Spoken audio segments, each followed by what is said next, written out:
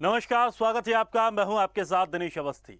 राष्ट्रपति चुनाव के लिए अब सरगर्मी तेज होती जा रही है। दरअसल राष्ट्रपति चुनाव के लिए एनडीए की तरफ से द्रौपदी मुर्मू और विपक्ष की तरफ से यशवंत सिन्हा को उम्मीदवार बनाया गया है। अगर आंकड़ों के हिसाब से देखें तो विपक्ष के उम्मीदवार को बढ़त मिलती नजर आ रही थी, लेकिन एनडीए की तरफ से द्रौपदी मुर्मू का नाम तय किया गया तो बसपा ने आगे आकर समर्थन दे दिया। और अब महाराष्ट्र के पूर्व सीएम और शिवसेना प्रमुख उद्धव ठाकरे ने भी समर्थन देने की बात कही है।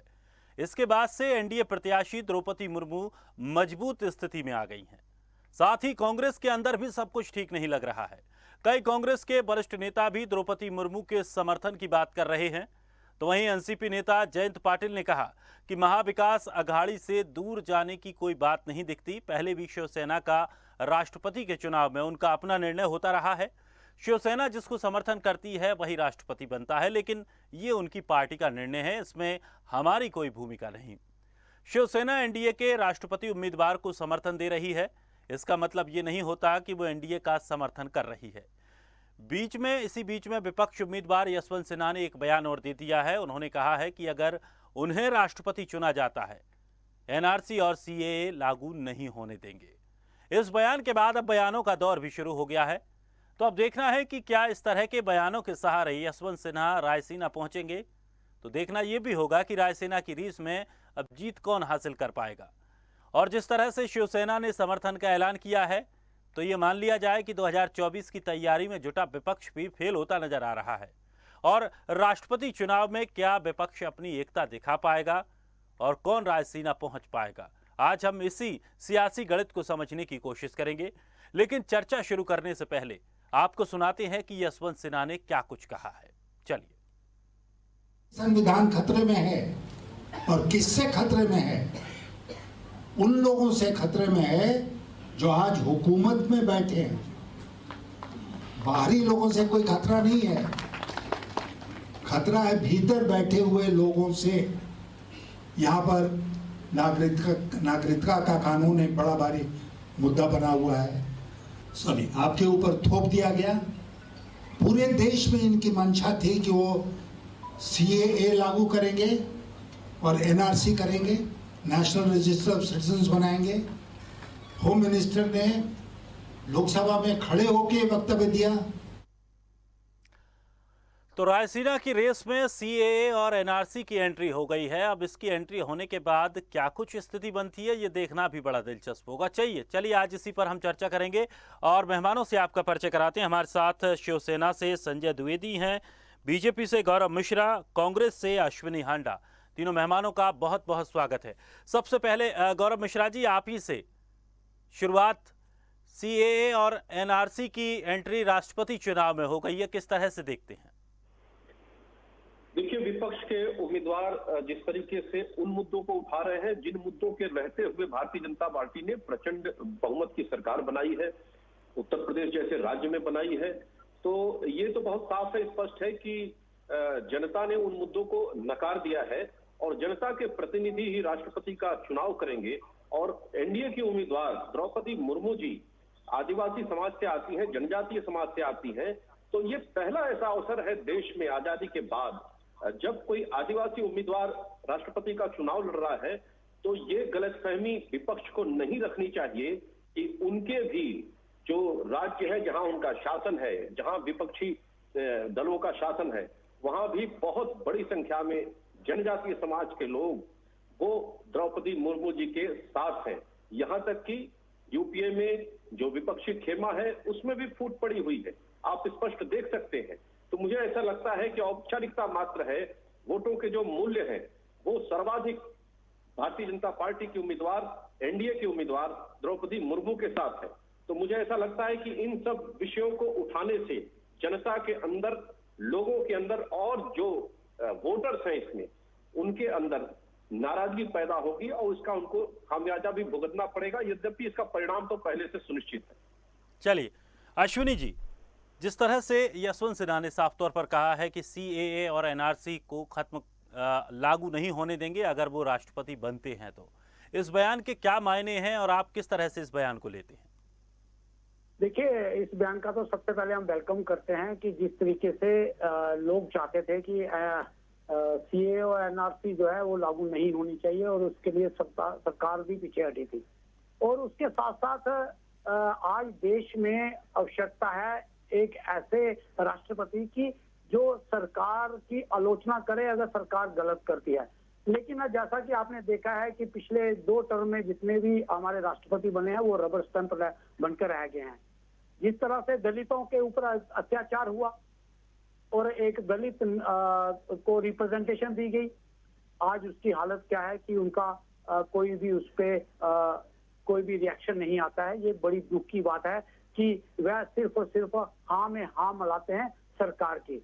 लेकिन ऐसा जो है वो आज जिस हिसाब से देश में आज माहौल है कि देश का माहौल जो है वो पूरी तरह से बिगड़ा पड़ा है। कोई भी किसी भी स्तर पर वो आज ठीक नहीं है। हर जगह महंगाई का मुद्दा है, दलितों का शोषण है, उसके बाद अनुसूचित जातियों का शोषण है। और मुझे आज सबसे बड़ा प्रश्न मैं आज यहाँ पे एक और जानना चाहता हूँ भारतीय जनता पार्टी से कि जिस तरीके से दलितों के ऊपर अत्याचार हुआ, मॉब लिंचिंग के मामले देखने को मिले, और अब भारतीय जनता पार्टी ये बताए कि आने वाले दिनों में क्या आरक्षण के ऊपर आपका क्या रिएक्शन होगा, ये बताइए। आरक्षण को क्या आप खत्म करने जा रहे हैं, और क्या इन्हीं मुर्मुर जो हमारी जो आपकी कैंडिडेट है राष्ट्रपति के ओहदे की, उसके तहत तो नहीं कहीं आप ये खेल खेलना चाहते हैं कि उनको बनाकर आप आरक्षण का जो है वो मुद्दा जो है वो अपने जो आपने मैनिफेस्टो में रखा था, क्या उसके ऊपर तो आप काम करने नहीं जा रहे हैं? ये सबसे बड़ा प्रश्न आज ये है कि जो आरक्षण पिछली सरकारों ने दिया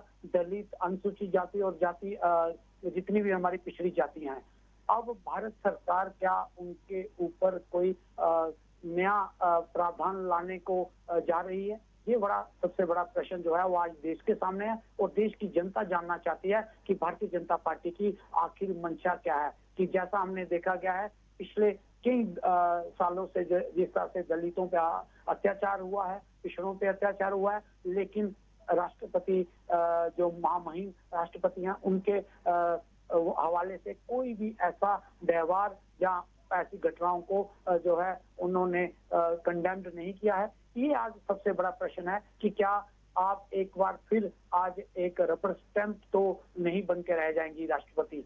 और सबसे अब बात थी अभी हमारे प्रवक्ता जो भारतीय जनता पार्टी के, उन्होंने कहा कि हम जीतने जा रहे हैं। अगर जीतने जा रहे होते तो आप इतने परेशान नहीं होते, आपकी सरकार इतनी परेशान नहीं होते। आपके कई सारे लोग, खुद जसवंत सिन्हा जी ने कहा कि उनके संपर्क में है और वो वोट देने जा रहे हैं।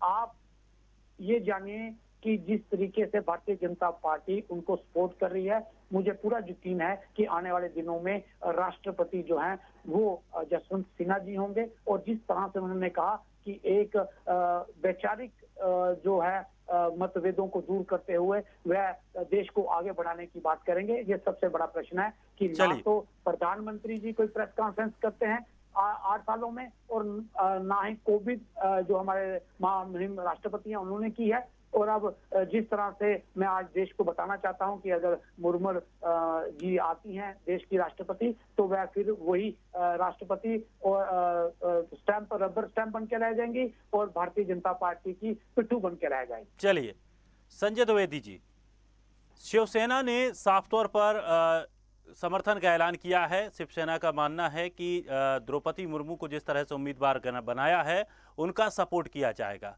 अब यहाँ पर भी शिवसेना पर भी सवाल खड़े हो रहे हैं कि आप कांग्रेस के साथ आपने महाराष्ट्र में सरकार बनाई, और वहीं बीजेपी पर यह आरोप लगाया कि बीजेपी ने आपकी सरकार तोड़ी है, तो वहीं बीजेपी के उम्मीदवार को आप समर्थन कर रहे हैं।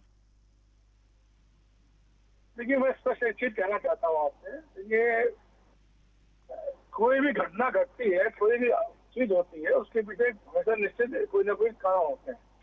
अब हमारे बालासाहेब ठाकरे में जब जिंदा थे तो भारतीय जनता पार्टी राष्ट्रपति का उम्मीदवार खड़ा करती थी, कांग्रेस अपना उम्मीदवार खड़ा करती थी। तो कम से कम 2 से 3 बार माननीय बालासाहेब ठाकरे ने भी कांग्रेस के उम्मीदवार को समर्थन किया। पहली बात तो आप ये समझ लीजिए। तो ऐसा था राष्ट्रपति चुनाव या आपका लोकसभा अध्यक्ष जब स्पीकर हुए ये सब ऐसे पद होते हैं, संवैधानिक पद होते हैं, इस पर ज्यादा चर्चा नहीं होनी चाहिए। मैं तो समझता हूँ कि जब विपक्ष में भारतीय जनता पार्टी थी, उसको ये सोचना चाहिए, जैसे आज हमारे प्रवक्ता जी बात कह रहे थे, तो उस समय तो उन्होंने नहीं सोचा कि प्रत्याशी खड़ा कर सकते थे और निर्मल चुनाव नहीं हो पाता था। आपने भी देखा होगा इस चीज को। तो आज अगर शिवसेना और द्रौपदी मुर्मू जो हमारी संभावित राष्ट्रपति है, उनका अगर समर्थन करती है तो ये कोई अलग परंपरा नहीं है। ये हमें जो सही चीज लगेगी हम वो काम करेंगे ना। हम कोई वो तो काम नहीं करने जा रहे हैं कि हम बीजेपी समर्थन देने जा रहे हैं। बीजेपी जो हमारी दूरियां बढ़ रही है और बढ़ती चली जा रही है, तो शायद आगे चल के तक नहीं पनप पाएंगी, न भर पाएंगी। तो हमारा तो बीजेपी का तो अगर बीजेपी या फिर पीछे के रास्ते से, द्विवेदी जी, या फिर पीछे के रास्ते से हाथ मिलाने की जुगाड़ में है। नहीं, देखिए मैंने इसको एक बात बताते हैं आपसे। हमारी खुद माननीय उद्धव ठाकरे से वार्ता हुई थी, उस समय उन्होंने एक बात कही थी कि शायद ये गठबंधन गलत होगा, और हमें शिवसेना में लगता है कि भारतीय जनता पार्टी से गठबंधन करना बहुत ही गलत है। आज ये परिवारवाद की बात कर रहे हैं, तो क्या शिवसेना तो उसे परिवारवाद को दिखाई पड़ा था? जो ये कह रहे हैं शिवसेना परिवारवादी पार्टी है, तो जब इनके 2 साल सरकार बनाई थी संगठन ने, 3 साल संगठन रहे थे, तो उसका परिवार नहीं दिखाई पड़ा जिनको। तब उद्धव जी हमारा तब नहीं दिखाई पड़ा जिनको। तो जो आज ये बहाना लेके पार्टी तोड़ रहे हैं या माने ईडी द्वारा, हम तो कहते हैं 28 जो विधायकों में ईडी लगी हुई है, ईडी जो प्रदान कर रहे थे, पत्र दिए हैं, वो क्या कार्रवाई होगी कि नहीं होगी? दूसरी बात मैं कहना चाहता हूँ, आपने जो सरकार बनाई है वो असंवैधानिक सरकार बनाई है। जिस चीज लीडर का विरोध कर रहे थे कि उसने 16 लोगों को जो पत्र दिया था अपने सदस्यता रद्द करने के लिए, तब अब जाएगा सुप्रीम कोर्ट और उसी स्पीकर से आपने स्पीकर चुनाव करा दिया। तो ये मैं समझी नहीं पा रहा हूँ, ये दोहरी मानसिकता क्या है इनकी भारतीय जनता पार्टी की। इस देश में सबसे दिक्कत हो रही है वो महंगाई, बेरोजगारी है, पेट्रोल का दाम बढ़ रहा है। तब इनको सोचता है ये विधायक खरीदे। भाई सूरत में कितना पैसा खर्च हुआ, गुवाहाटी में कितना पैसा खर्च हुआ, गोवा में कितना पैसा खर्च हुआ। इनके ईडी का जानने प्रयास नहीं कर रही है। ईडी के बाद ये काम नहीं किया। भाई ये जो धन खर्च हुआ है, ये तो जनता का धन खर्च हो रहा है ना, किसी व्यक्ति विशेष का धन नहीं खर्च हो रहा है। तो जो जनता का धन ये खर्च हुआ है, वो सूरत में, गोवा में, गुवाहाटी में, वो कितना खर्च हुआ, कितने खर्च किया, कैसे खर्च हुआ, इसकी जानकारी क्यों रखनी चाहिए। लेकिन इससे मतलब नहीं है। कभी कर्नाटक भागती है, कभी झारखंड भाग रही ईडी है, कभी मुंबई भाग रही ईडी। तो जो ईडी से कार्य कराया जा रहा है, ये चीजें 2014 से पहले कभी नहीं थी।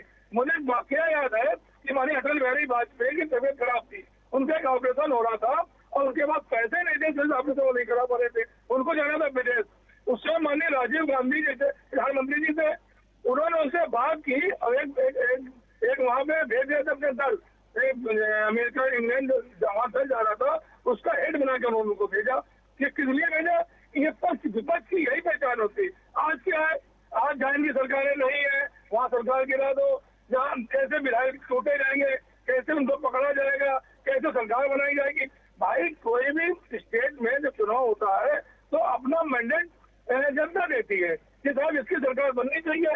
अब हरियाणा देख लीजिए, जेडीपी सरकार बना ली है, बिहार में देख लीजिए जेडीयू आरजेडी गठबंधन की वहाँ सरकार बना ली है, महाराष्ट्र में वही काम किया। देखिए एक सरकार चल रही थी, भाई ये तो पूरी पार्टियां के साथ आती। मैं कहता हूँ ओके, अगर पूरी पार्टी एनसीपी पूरी जैसे आपने 80 घंटे सरकार बनाई थी, या 2014 में भाग समर्थन लिया था, या फिर पूरी पार्टी कांग्रेस आ जाती है आपके साथ सरकार बनाने, कोई दिक्कत नहीं थी। लेकिन ये तोड़फोड़ की राजनीति करके सरकार बनाना, ये इस देश के लिए घातक सिद्ध होगा आने वाले दिनों में। चलिए गौरव मिश्रा जी। देखिए संजय द्विवेदी जी का रोना स्वाभाविक है, जायज है, क्योंकि जिस विचारधारा को त्याग करके और भारतीय जनता पार्टी के नेतृत्व में जब चुनाव लड़ा गया महाराष्ट्र में और जनता ने समर्थन दिया था शिवसेना और भाजपा के गठबंधन को, प्रचंड बहुमत भी दिया था, और उसके साथ धोखेबाजी करके जो इन लोगों ने काम किया था और सरकार बनाई थी, तो कहीं न कहीं जो नकली शिवसेना थी वो 2-2.5 साल जो आनंद ली सरकार का, और उसके बाद उसी शिवसेना के लोगों को जब ये महसूस हुआ कि नहीं ये तो गलत रास्ते पे चल रहे हैं, सही मार्ग पे चलना चाहिए, जनता ने किसी और चीज के लिए मैंडेट दिया था, तो आज इनको दर्द हो रहा है, परेशानी हो रहा है, ये होता रहेगा और अंत में इनकी भी स्थिति वही हो जाएगी जहां इनके सारे सदस्य हैं वहीं ये भी पहुंच जाएंगे। देखिएगा वो भी ज्यादा लंबा समय नहीं लगेगा। सही आपने कहा कि कहीं ना कहीं पिछले दरवाजे ये भी कोशिश कर रहे होंगे। देखिए, ये राष्ट्रपति का चुनाव है और राष्ट्रपति का चुनाव अंतरात्मा का चुनाव होता है और सभी सदन के सदस्य, चाहे वो विधानसभा हो चाहे वो लोकसभा हो, सबके वोटों का अपना एक वेटेज होता है, उसकी एक वैल्यू होती है। और जहां जहां गौरव जी अभी आपने कहा कि नकली शिव सैनिक 2.5 साल के राज में मजे कर रहे थे और अब अंतरात्मा वाली बात हो रही है, तो अब नकली शिव सैनिक की अंतरात्मा भी आपका सपोर्ट कर रही है। नकली शिव सैनिक का नेतृत्व और कहीं ना कहीं अब उसकी अंतरात्मा को यह महसूस हो गया कि जनता ने मैंडेट किस लिए दिया था, किसके कारण से दिया था, किनके नाम पर दिया था, तो वो सही मार्ग पे आ गए। और ये अभी तक भ्रम में है, तो भ्रम में रहेंगे तो वजूद ही खत्म हो जाएगा जनता के बीच से। तो मुझे लगता है कि अब आप महाराष्ट्र एक सही दिशा में चल रहा है और राष्ट्रपति का चुनाव द्रौपदी मुर्मू जी के साथ वो लोग आ रहे हैं, उनका स्वागत है और मुझे लगता है करना चाहिए, क्योंकि देश में पहली बार आदिवासी समाज से कोई एक महिला देश की राष्ट्रपति बनने जा रही है, वो भी एक ऐसी महिला जिन्होंने अपना पूरा जीवन खपाया है समाज की सेवा में, गरीबों के, दलितों के, वंचितों की सेवा में उन्होंने अपने आप को खपाया है और बहुत महत्वपूर्ण पदों पर उन्होंने काम किया है। तो मुझे लगता है कि एक ऐसी महिला देश का प्रतिनिधित्व करेगी, राष्ट्रपति के पद को सुशोभित करने जा रही है, उनका समर्थन करना स्वागत योग्य है। और मुझे लगता है कि जहां जहां भारतीय जनता पार्टी की सरकारें हैं वहां के वोट वेटेज सबसे अधिक है और साथ ही साथ विपक्षी खेमे में फूट है, उसका लाभ एनडीए के चलिए उस पर भी मैं बात करूंगा। अश्विनी जी के पास पहुंचूंगा। अश्विनी जी से पहले मैं 1 मिनट चाहूंगा कि संजय जी अपनी कुछ बात पूरी करना चाह रहे थे। संजय जी आप अपनी बात रखिए, फिर अश्विनी जी के पास पहुंचते हैं। देखिए, मैं कुछ शब्दों में अपनी बातें खत्म करूंगा। जो अभी बात आप कह रहे थे, वैसे आपने जो टॉपिक रखा है उससे थोड़ा हमें हटके उन्होंने बोला। जब इनको याद है, जब बिहार में ये जेडीयू और जेडीयू का गठबंधन समाप्त करके सरकार बना लेते हैं, तब इनको याद नहीं रहता है। ये मध्य प्रदेश में 20 विधायक खरीद के, 25 विधायक खरीद के सरकार में उनको ध्यान नहीं देता। ये टीडीपी से जाने घबराते नहीं है सरकार बनाने के लिए। हरियाणा में जेजेपी जो उनके विरोध चुनाव हो रही थी, उसे सरकार बनाने में घबराते नहीं है। ये सिर्फ ज्ञान देते हैं, जो इनके पास जो ज्ञान का भंडार है भारतीय जनता पार्टी प्रवक्ता का, वो विपक्ष के लिए है सिर्फ। ये विपक्ष वाले जो है इनसे ज्ञान ले। अरे भैया, विपक्षी भी ज्ञान है, कोई बात नहीं। आज आगे पास हजारों लोग कोरोना काल में मर गए, अव्यवस्था पूरे महाराष्ट्र में थी, तो कोई बात नहीं। जनता की मांग थी कि सिंहासन खाली करो। चलिए संजय जी, गौरव जी, अश्विनी जी, एक तरफ विपक्ष एकजुट होकर यशवंत सिन्हा को अपना उम्मीदवार तैयार किया, उसके बाद भी लगातार कुछ जो कांग्रेस के सहयोगी रहे, उनके जो लोग हैं, जैसे शिवसेना को ही देख लीजिए, शिवसेना ने साफ तौर पर कह दिया कि वो द्रौपदी मुर्मू का सपोर्ट करेंगी, समर्थन करेंगी। बसपा पहले ही आकर कह चुकी है, विपक्षी दल, कि द्रौपदी मुर्मू का सपोर्ट किया जाएगा। कांग्रेस के भी कई ऐसे नेता हैं जिनके बयान सामने आ रहे हैं, जिनको ऐसा लगता है कि शायद द्रौपदी मुर्मू जिनको उम्मीदवार बनाया गया है वो बेहतर कैंडिडेट हैं। लेकिन जब आपके अंदर ही स्थिति ऐसी बनी है, तो विपक्ष का किस हिसाब से इस जुगत में है कि अब यशवंत सिन्हा को लेकर वो इतने कॉन्फिडेंस दिख रहे हैं? और आपने भी कहा कि हम इस बात से लेकर बिल्कुल श्योर हैं कि यशवंत सिन्हा ही राष्ट्रपति बनेंगे। जी, पहले तो मैं गौरव जी की बात का जवाब देना चाहूंगा कि इन्होंने बोला कि नकली और असली शिव सैनिक, तो अब तो नकली भी इनके पास है और असली भी इनके पास है, ऐसे ही लग रहा है। इनका तो 5 उंगलियां घी में है। तो उसको देखते हुए गौरव जी, आप आज ये देख सकते हैं कि देश के हालात कैसे हैं, किस तरह से सरकारों को तोड़ा जाता है, किस तरह से सरकारों को बनाया जाता है, किस स्तर पर जो है हॉर्स ट्रेडिंग होती है, और जिस तरह से एक चलती सरकार को गिराया गया है, वो खाली शिवसेना का नहीं, वो देश के संविधान का भी अपमान है कि जिन लोगों ने अपना मत दिया, वो मत जो है वो सरकार बनाने के लिए दिया था, और सरकार जिसके साथ भी बनी, और सरकार को चलने देना जो है वो केंद्र सरकार का काम था। लेकिन केंद्र सरकार इसमें ज्यादा रुचि रखती है कि सरकारों को कैसे गिराया जाए और सरकारें कैसे हत्याई जाए। ये आज बड़ा दुर्भाग्य है कि लोकतंत्र का पूरा जो है वो चीरहरण किया जा रहा है। और वही व्यथा जो है मुझे लगता है द्रौपदी मुर्मू जी की होने वाली है। जिस तरीके के हालात बने हुए हैं भारतीय जनता पार्टी के अंदर ही, भारतीय जनता पार्टी के जो बहुत बड़ा एक धड़ा है वो पार्टी की नीतियों के खिलाफ है। जिस तरीके से भारतीय जनता पार्टी पिछले 5 वर्षों से डिक्टेटरशिप चला रही है, किसी भी नेता को बोलने का हक नहीं है, किसी भी भारतीय जनता पार्टी को बड़े शीर्ष नेतृत्व के आगे सवाल उठाने का जो है वो एक उसके ऊपर पाबंदी है। तो उसी के चलते जो पार्टी के अंदर उथल-पुथल है, उसके चलते जसवंत सिंह जी को जो समर्थन मिला है, मुझे लगता है ज्यादा वह लोग हैं जो जसवंत सिंह जी के जो पहले सहायक रहे हैं, जिन्होंने उनके साथ काम किया है, जो जसवंत सिन्हा जी को अच्छी तरह से जानते हैं। और ये देश के लिए भी अच्छा है कि अगर भारतीय जनता पार्टी, मैं तो कह रहा हूं कि जसवंत सिन्हा जी का समर्थन करें, क्योंकि भारतीय जनता पार्टी के ही वो नेता थे और भारतीय जनता पार्टी के ही एक शीर्ष नेताओं में आते थे। और सबसे ज्यादा आवाज किसी ने उठाई है तो वो जसवंत सिन्हा जी ने उठाई है। भारतीय जनता पार्टी आज जिस स्तर पर है उसमें बहुत बड़ा योगदान जो है वो जसवंत सिन्हा जी का है। लेकिन मुझे लगता है कि भारतीय जनता पार्टी ने कहीं ना कहीं जिस तरीके से, लेकिन अश्विनी जी आमतौर पर होता यह है कि कांग्रेस सब जगह ये कहती है कि बीजेपी के लोग हमारे संपर्क में हैं, बीजेपी के विधायक हमारे संपर्क में हैं, और पता चलता है कि 10 दिन बाद कांग्रेस ने अपनी सरकार खो दी। देखिए, सरकारें खोना या सरकारें, इसमें आप खो नहीं कह सकते हैं, सरकारें छीनी गई हैं।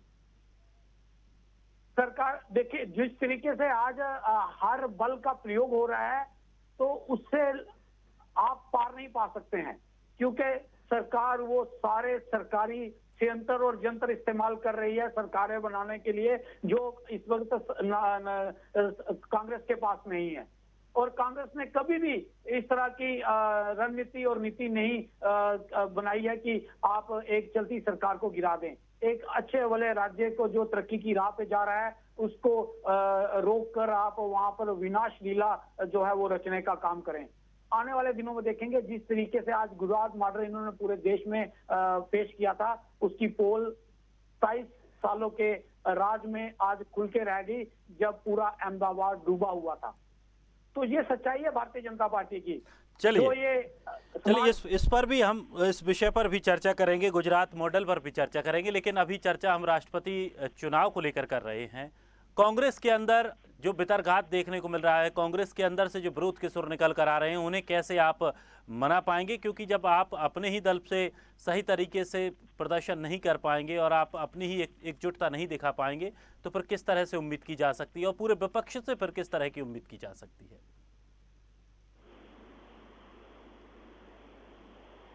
दिनेश जी देखिए, कांग्रेस ये नंबरों का खेल है और नंबर में जो नंबर ले जाएगा वही उसी का राष्ट्रपति होगा। तो ये नंबर जो है वो हमारे पास मुर्मू साहिबा से ज्यादा है, और हम आपको यकीन दिलाते हैं कि जिस तरीके से जसवंत सिन्हा जी का कार्यकाल रहा है, जिस तरीके से उन्होंने देश की सेवा की है, लोगों को अपने विवेक से काम लेंगे और जसवंत सिन्हा जी को सपोर्ट करेंगे, क्योंकि आज देश की आवश्यकता है ऐसे राष्ट्रपति की जो रबर स्टैंप ना हो, जो भारतीय जनता पार्टी का पिट्ठू ना हो। चलिए गौरव जी, सीएए और एनआरसी कितना महत्वपूर्ण मुद्दा ये हो सकता है जब राष्ट्रपति चुनावों में इस मुद्दे की बात हो रही है? खुद जसवंत सिन्हा कह रहे हैं कि अगर वो राष्ट्रपति बनते हैं तो इन मुद्दों को या इन स्कीमों को लागू नहीं होने देंगे। कितना ये महत्वपूर्ण होगा और कितना इसका असर देखने को मिलेगा? देखिए, यशवंत सिन्हा जी कोई नई बात नहीं कर रहे हैं। जिस खेमे का वो प्रतिनिधित्व कर रहे हैं वो खेमा तुष्टीकरण की राजनीति से उपजा हुआ खेमा है और उसी आधार पर चलता है। तो कहीं ना कहीं उस पक्ष को खुश करने का काम इस बयान के माध्यम से वो कर रहे हैं। सीएए जिसको एक प्रकार से भ्रम पैदा करके झूठा एक आंदोलन खड़ा करके देश के अंदर में और एक गृह युद्ध जैसे हालात को पैदा करने का काम कांग्रेस पर्दे के पीछे से करती रही और उसी एजेंडे को आज फिर ये चलाना चाहते हैं। तो कहीं ना कहीं इनकी कुत्सित मानसिकता वो बात साफ और स्पष्ट नजर आती है और जनता इनकी सच्चाई को भली बात जानती है। मुद्दा विहीन विपक्ष जिसके पास सच्चाई का कोई मुद्दा नहीं हो झूठे मुद्दों के आधार पर अपनी राजनीति को खड़ा करना चाहते हैं, तो इनकी सच्चाई पूरी तरह से उजागर है और इनके साथ सदस्य नहीं जाएंगे। देखिए, जो विधानसभा लोकसभा के जितने सदस्य हैं और जितने वोट है 10 लाख से ऊपर के जो वैल्यू के जो वोट हैं, उसमें अधिकतम संख्या भारतीय जनता पार्टी के प्रत्याशी के साथ है और वो बहुत साफ देखा जा सकता है। उसका कैलकुलेशन भी आ गया और इतिहास में आप ऐसे भी उठा करके देखेंगे तो सिवाय 2 बार, एक 1977 और एक 1969, 2 बार को छोड़ करके कभी भी सत्ताधारी दल का जो अलायंस रहा है उसके प्रत्याशी ही जीते हैं। तो मुझे ऐसा लगता है कि जिस तरीके से जो प्रत्याशी एनडीए ने दिया है वो सर्व स्वीकार्य है। और सबसे बड़ी बात यह है कि विपक्षी खेमे के आदिवासी, जनजातीय और पिछड़े दलित समुदाय के लोगों की पहली पसंद उभर करके आई है द्रौपदी मुर्मू जी। इसलिए अब केवल औपचारिकता मात्र है, परिणाम आने दीजिए। अगली राष्ट्रपति द्रौपदी मुर्मू जी होने जा रही। चलिए, समय भी हमारे पास समाप्त हो गया है। हम और भी चर्चा इस पर करते, अश्विनी जी की भी मैं राय लेना चाहता, लेकिन अब समय इससे आगे हम नहीं जा सकते। बहुत बहुत शुक्रिया गौरव जी, अश्विनी जी, संजय जी हमारे साथ जुड़ने के लिए और अपना अपना पक्ष रखने के लिए। तो रायसीना की रेस में सीएए और एनआरसी की एंट्री तो हो गई है, लेकिन अब देखना ये होगा कि रायसीना कौन पहुंचता है। आंकड़ों का खेल है और आंकड़े कौन साथ पाता है, ये देखना भी बड़ा दिलचस्प होगा। फिलहाल इस खास कार्यक्रम में इतना ही। ताजा तरीन खबरों के लिए आप बने रहिए स्वदेश के साथ। सबसे पहले देश।